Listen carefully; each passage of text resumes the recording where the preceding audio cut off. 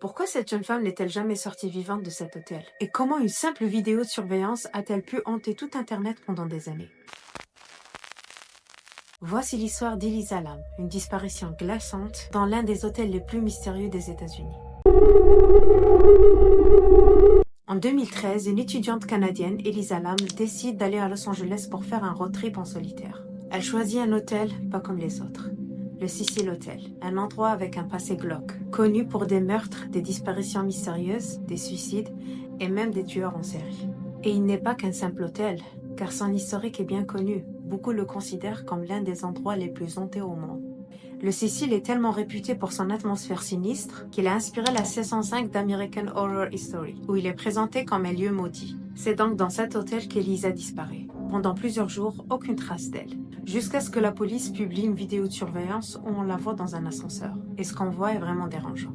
Elle rentre, regarde partout, elle appuie sur plusieurs boutons, mais l'ascenseur ne bouge pas. Elle sort, revient, se cache dans un coin.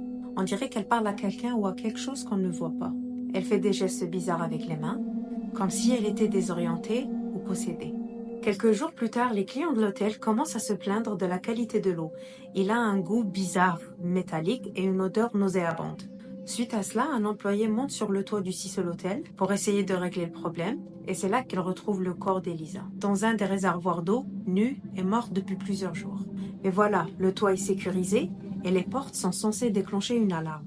Et le couvercle du réservoir est trop lourd pour qu'elle puisse l'ouvrir toute seule. Et pourtant, aucune trace de lutte, pas de blessure, rien du tout. Certains disent qu'elle aurait eu un épisode psychotique, qu'elle souffrait de troubles bipolaires. D'autres parlent de drogue ou même de meurtre. Mais le plus étrange, c'est que rien n'explique comment elle a pu finir là-haut dans une citerne d'eau, sur le toit d'un bâtiment verrouillé. Et quand on découvre où elle a disparu, on se pose de sérieuses questions.